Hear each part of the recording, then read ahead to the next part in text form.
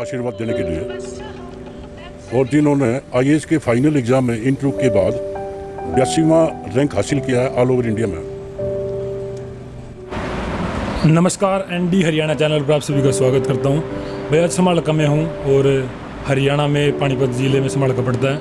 और अभी कुछ टाइम पहले यूपीएससी जो एएसआई का रिज़ल्ट आया, तो हमारी बहन मधुमिता जी ने तो उसमें 86वां स्थान प्राप्त किया है। तो वहाँ तक पहुँचने में इनका कैसा पड़ाव रहा जीवन में, तो उसके बारे में इंटरव्यू लेंगे और आपको जानने को मिलेगा भाई किस तरह से इतना मेहनत करके इतनी आगे तक पहुँची। तो नमस्कार। तो आपने कब से शुरुआत कर दी? मैंने 2015 से ग्रेजुएशन के बाद प्रिपरेशन स्टार्ट कर दी थी इसकी। दिल्ली में मैं मुखर्जी नगर में रहती थी, वहाँ पे मैंने कोचिंग स्टार्ट की थी। और उसके बाद 2017 में मेरा पहला अटैम्प्ट था जिसमें मेरा प्री क्लियर हो गया था। फिर मेंस नहीं हुआ, तो 2018 में प्री भी नहीं हुआ था। फिर मैं वापस से दिल्ली चली गई क्योंकि मैं पहले 1 साल की कोचिंग करके यहाँ आ गई थी। तो फिर मैंने इस अटैम्प्ट के लिए टेस्ट सीरीज़ ली थी हर चीज़ के लिए। मेंस की जितने भी एग्ज़ाम्स होते हैं, चाहे वो एसए है, ऑप्शनल है, या फिर जीएस के जो पेपर्स हैं, और प्रीलिम्स की भी मैंने टेस्ट सीरीज़ ली थी। तो वो टेस्ट सीरीज़ पे जो मार्क्स मेरे आते थे, जो टीचर्स फीडबैक देते थे, उसको देखकर मैं अपनी मिस्टेक्स रेक्टिफाई करती थी और पूरे शेड्यूल के अकॉर्डिंग मैंने फिर वो टेस्ट दिए, जिससे मेरी प्रिपरेशन एग्ज़ाम तक काफ़ी ठीक ठाक हो गई थी और इसलिए ये रैंक 86 आ पाया है। तो आपने शुरू से मन बना रखा था कि मुझे एएसआई बनना है, तो क्या आपने बाद में चुना था कि भाई नहीं, मेरा और जॉब थी? बचपन का सपना यही था कि इंडियन एडमिनिस्ट्रेटिव सर्विसेज में जाना है, और इसीलिए मैंने जस्ट ग्रेजुएशन के बाद ही फिर प्रिपरेशन स्टार्ट कर दी थी। तो आपको इतनी मेहनत दिन रात पड़ा, तो कैसा मतलब फील होता था आपको? कितनी पढ़ाई करनी पड़ती है इसके लिए? देखिए, इसका कोई स्पेसिफिक ऐसा नहीं होता कि कितने घंटे पढ़ाई करनी पड़ती है। वो अपना इंडिविजुअल टू इंडिविजुअल डिपेंड करता है कि आप कितने क्वालिटी टाइम कितना दे सकते हो। 1 घंटे में आप काफ़ी काम कर सकते हो अगर आप उस पर ध्यान लगा के कर रहे हो, नहीं तो बुक आपके सामने पड़ी रहेगी, आप नहीं पढ़ पाओगे। तो पर्सन टू पर्सन वेरी करता है। मैं ये कहूँगी कि अपना टारगेट बना के चलिए कि मुझे इतना सिलेबस कंप्लीट करना है, वो घंटे मत गिनिए कि कितने घंटे हो गए, कितने घंटे पढ़ना चाहिए। बिल्कुल। तो आपने दिल्ली कोचिंग लिया? हाँ जी, दिल्ली में मैंने कोचिंग ली थी। अच्छा। तो माँ बाप का मतलब माता पिता का कैसा सहयोग रहा आपके जीवन में? मतलब तो देखिए, माँ बाप का तो यह है कि फाइनेंशियल सपोर्ट चाहिए होता है, इमोशनल सपोर्ट, तो हर तरह का जो सपोर्ट एक बच्चे को चाहिए होता है किसी भी टारगेट को अचीव करने के लिए, वो पेरेंट्स ने हमेशा मुझे दिया। बिल्कुल। तो आपके जीवन में वो कौन सा मुश्किल था जो समय था जो आपने उसको सह कर भी, मतलब कोई आपके जीवन में मुश्किल आई है जो बहुत बड़ी हो? जैसा कि आपको पता है कि मेरा 3rd अटैम्प्ट था, तो पहले और दूसरे अटैम्प्ट में मैं कामयाब नहीं हुई थी। तो उस टाइम पे मैंने होप लूज़ कर दी थी कि शायद मेरे से नहीं हो पाएगा। वो एक ख़राब टाइम था, बट मैंने फिर ओवरकम किया और फाइनली फिर इस अटैम्प्ट में मैंने पूरी ताकत के साथ काम किया और देख रहे हैं कि 86 रैंक मेरा आ गया है आपकी बात। तो अब ऐसा देखने को मिला, कितनी खुशी है आपके मन में? खुशी तो यह है कि जी बार बार में फिर वो एग्ज़ाम का चलता है कि बार बार में आप प्री दो, अगर आपका नहीं हो पाता तो साइकिल से बाहर निकलना, एक प्री मेंस इंटरव्यू साइकिल से बाहर निकलना पहली बात। तो दूसरी बात ये है कि पेरेंट्स को बहुत खुशी हुई, बाकी जो मेरे नियर एंड डियर वंस हैं वो भी बहुत खुश हैं, और अभी लगा मतलब सब बधाई देने आ रहे हैं, तो काफ़ी अच्छा लग रहा है।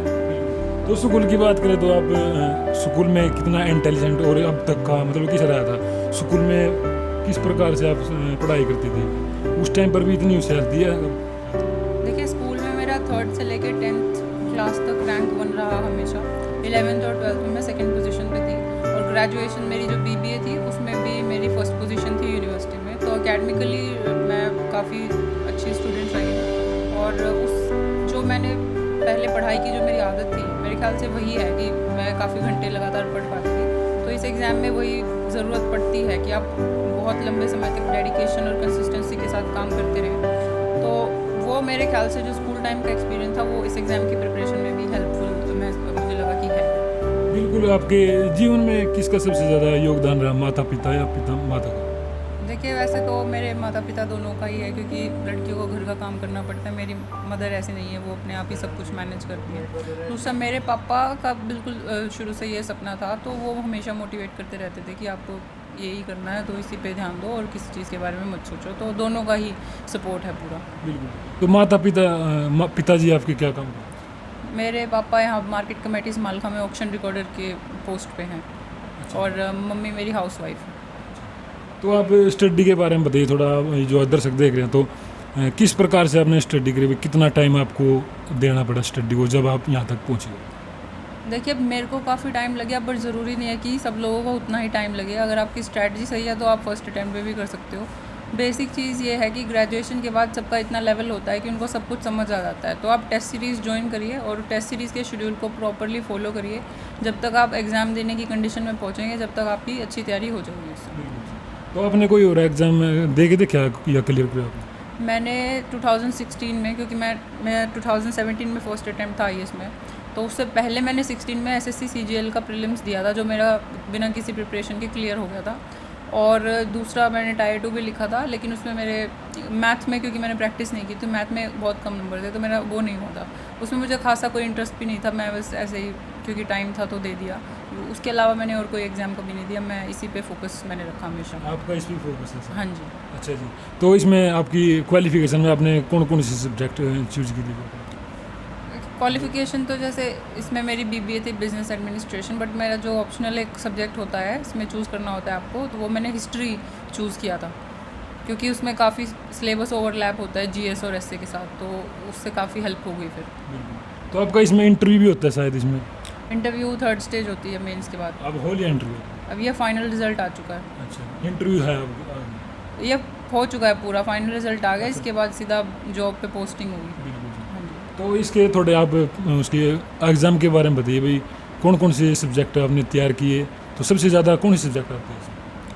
देखिए, क्योंकि ये IAS जो UPSC सिविल सर्विसेज का एग्ज़ाम है, सिविल सर्विसेज जैसा आप समझते हैं कि इसमें हर चीज़ इंक्लूड होती है, चाहे वो करंट अफेयर है, पॉलिटी, हिस्ट्री, एनवायरनमेंट, तो कोई ऐसा सब्जेक्ट नहीं है जो इसमें नहीं आता, इसमें सभी कुछ इंक्लूड होता है। प्रीलिम्स में जैसे मैंने आपको ये सब्जेक्ट्स बता दिए ये हैं, उसके बाद एक CSAT होता है क्वालिफाइंग एग्ज़ाम, जिसमें मैथ और इंग्लिश आते हैं। तो अगर आपका वो क्लियर हो जाता है CSAT, तो आपका प्रीलिम्स का पेपर चेक होएगा, जो दूसरा है जिसमें वो क्वालिफाइंग होता है, कट ऑफ लगती है। उसके बाद जो पास होता है उसको फिर ये मेंस एग्ज़ाम लिखते हैं। मेंस के बाद मेंस मेरिट वाला होता है, जो मेरिट में होते हैं उनको आगे भेजेंगे, वो इंटरव्यू में आएंगे, और मेंस और इंटरव्यू का टोटल करके फिर आपकी फ़ाइनल रिज़ल्ट बनती है, जो भी आई है, जस्ट रिलीज़ हुई है। जैसे ही अब इससे आगे तो इससे बड़ी तो कोई जॉब नहीं है, क्योंकि ये हाईएस्ट जॉब है जो कर सकता है, तो ऑब्वियसली तो यही है और इसको ही करना है। तो लास्ट में थोड़ा हमारे दर्शकों को बताइए कि आप, कई बच्चे जो होते हैं तैयारी करते हैं बड़े लेवल की, वो कहीं डिमोटिवेट हो जाते हैं कि कहीं पर रह जाते हैं एग्ज़ाम में, तो उन्हें क्वालिफाई नहीं कर पाते और उस चीज़ को छोड़ ही देते हैं बिल्कुल। तो इसके बारे में मोटिवेशन के तौर पर आप क्या बताना चाहते हैं? देखिए, अगर आपका गोल है तो आपको उसके लिए काम करना चाहिए, बट अपनी कैपेबिलिटी को देखना भी बहुत ज़रूरी है कि स्कूल टाइम में आपकी कैसी परफॉर्मेंस रही है, आप उतना जितना इनपुट इसके लिए चाहिए एग्ज़ाम के लिए वो आप दे भी पाते हुए नहीं। आपके सपने बड़े हैं और आप उसके अकॉर्डिंग उसमें काम नहीं कर रहे हो, तो इससे टाइम वेस्ट करने का कोई फ़ायदा नहीं है। बट हाँ, अगर आपको लगता है कि मैं कर सकता हूँ और ये मेरा गोल है, स्ट्रांगली फील करते हो उस चीज़ के बारे में, तो आपको डेफिनेटली काम करना चाहिए। 1-2 बार फेल होने से ये नहीं है कि आगे कुछ सब कुछ ख़त्म हो गया। अब मुझे देखिए 3rd अटैम्प्ट में जैसे मैंने पहले 2 बार मेरा नहीं हुआ था, तो कोशिश करते रहिए, आपको ज़रूर एक ना एक दिन कामयाबी मिल जाएगी। बिल्कुल जी। तो थोड़ी इस पे बात कर लें मधुमिता जी, तो स्टडी के साथ साथ एक एंटरटेनमेंट है जो खेल कूद या अपने परिवार के साथ समय बिताना, तो आपको दिया है या कंटिन्यू आपने क्या इसमें कैसा पड़ा? कि इस अटैम्प्ट में जिसमें मेरी थर्ड अटैम्प्ट में मैं दिल्ली में थी, तो मैं इंटरव्यू देने के बाद घर आई थी, तो मेरे घर से तो सिर्फ फ़ोन का ही कांटेक्ट था, लेकिन वहाँ पे मैं डेली एक्सरसाइज करती थी सुबह पार्क में, जैसे जॉगिंग वगैरह और रोप जंपिंग, ये मेरा रूटीन रहता था। और कभी बोर हो गए तो फिर म्यूज़िक सुन लिया थोड़ा, बस यही 2 चीज़ें थी जो करती थी मैं, बाकी तो और कुछ नहीं था। बिल्कुल। तो आपका इंटरव्यू होया होगा इसमें, तो इसमें आपको ऐसा क्वेश्चन बताइए जो आपको थोड़ा कन्फ्यूजिंग में ले गया हो और वो आपने फिर भी क्लियर कर दिया हो। इंटरव्यू में कुछ कन्फ्यूजिंग से नहीं, बट वो ये होता है कि सबसे पहले पूछते हैं, एकदम पहले आपको नहीं पता होता है कि आपसे क्या पूछा जाएगा, तो आपको जस्ट उस टाइम पे ही फ्रेम करना होता है आंसर। तो कन्फ्यूजिंग कुछ नहीं था, सरप्राइजिंग ज़रूर था, बट वही है कि बैकग्राउंड से पूछते हैं, जो हमने पहले ग्रेजुएशन में पढ़ा है, होम टाउन से रिलेटेड पूछते हैं, तो वो क्वेश्चंस आप बता सकते हैं। ऐसा कोई पर्टिकुलर क्वेश्चन नहीं था कि जो मुझे लगा हो ज़्यादा डिफ़िकल्ट है, मैं टैकल कर पाई थी क्योंकि मैंने प्रिपरेशन उसकी की हुई थी उस ढंग से। तो नमस्कार माता जी। तो आपकी बेटी ने इतना बड़ा मुकाम हासिल कर लिया, तो इसके बारे में आपको कितनी खुशी हो रही है, आप कितना क्या सोच? मैं बहुत अच्छा महसूस कर रही हूँ और मेरी बेटी ने बहुत मेहनत की है, इससे हमारे पूरे परिवार को बहुत अच्छा महसूस हो रहा है। तो आप इसके बारे में क्या बताना चाहेगी भाई, किस प्रकार से इन्होंने मेहनत करी, वो अपना टाइम बिल्कुल स्टडी पर ही फोकस करा सारी मतलब टाइम? सब कुछ इसने कोई अटेंड नहीं किया, कोई भी फंक्शन। अच्छा। एक आधा कर लेती थी, कई बार शादी में भी नहीं आई, एक बार तो। हाँ, वैसे पढ़ाई में ज़्यादा ध्यान रखती थी। तो पढ़ाई करती थी तो आपको आप कुछ काम क्यों करते होंगे, तो क्या नहीं, बोलते वो हैं? तो ऐसा एक आधी बार काम तो कर देती थी कहने से तो। अच्छा जी। हाँ, ऐसी तो कोई बात नहीं, खाली टाइम में एक आधा काम तो कर ही देती थी। अच्छा। हाँ, तो आप और क्या बताना चाहेगी मधुमिता के बारे में, कितनी खुशी है? इसके बारे में और क्या बताऊँ, बहुत ही ज़्यादा खुशी हो रही है हमारे को तो। हाँ। ओके जी, मधुमिता के बहुत ही अच्छे विचार, और हम इनको शुभकामनाएं देते हैं कि ये अपनी जॉब पर अच्छी तरह से कार्यरत रहे और समाज के, अपने भारत देश के लिए अच्छे काम करें। तो जय हिंद, जय भारत, जय हरियाणा। ओके। मेहनत करके उसने जो है ना इस मंजिल को पाया है, हमें बड़ी खुशी है और उसको आशीर्वाद और बधाई देने के लिए यहाँ पहुँचे हैं सोनीपत से। तो आप सोनीपत से आए हो? हाँ जी। तो आप क्या बताना चाहेंगे सर? हम यहाँ पे आए थे मधुमिता जी को आशीर्वाद देने के लिए, और जिन्होंने आईएएस के फाइनल एग्ज़ाम में इंटरव्यू के बाद 82वां रैंक हासिल किया है ऑल ओवर इंडिया में। यही सोच करके हम सोनीपत से चल कर के इस बेटी को, हम अपने समाज की बेटी को आशीर्वाद देने के लिए यहाँ संभालका में आए थे। ऐसे होनहार बच्चे पर हमें बहुत गर्व है, क्योंकि हमारा पांचाल समाज एक एजुकेशन के मामले में मुख्य धारा से अभी 100% नहीं जुड़ पाया है। फिर भी इस बच्ची ने अपनी मेहनत और लगन के बेस के ऊपर, जिसने संभालका की सरहद के बीच में ही एजुकेशन प्राप्त की, जिसने ना कोई कोचिंग अटेंड की और दिल्ली जैसे शहर में आईएएस का जो जिसको कोचिंग करने का अवसर नहीं मिला, इर्रेस्पेक्टिव ऑफ दैट, उसकी बिना परवाह किए इस बच्ची ने अपने मेहनत और लगन से ये सिद्ध किया है कि आईएएस के एग्ज़ाम में उत्तीर्ण होना ये सब लगन और मेहनत के ऊपर निर्भर करता है।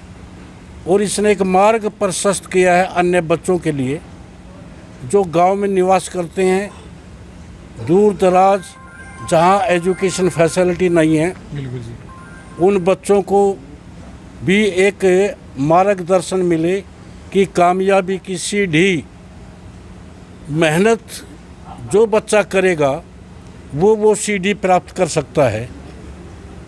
ये इस बच्ची ने सिद्ध किया है, जिनके पिता भी एक साधारण परिवार से हैं, एयरफोर्स से रिटायर्ड हैं, और इस बच्ची पर हम गर्व करते हैं, माँ बाप पे भी गर्व करते हैं, जिन्होंने बच्ची के साथ निरंतर सहयोग करके उनको आगे बढ़ने का अवसर दिया और बच्ची ने कामयाबी हासिल की। और मेरा मानना ये है, इस बच्ची की आयु सिर्फ 24 साल है, बिल्कुल जी। और ये सीढ़ी दर सीढ़ी अपनी ज्वाइनिंग करने के बाद ये रिटायरमेंट तक कम से कम भारत सरकार में सेक्रेटरी के पद के ऊपर ये बच्ची पहुंचेगी, ऐसा हमारा विश्वास है।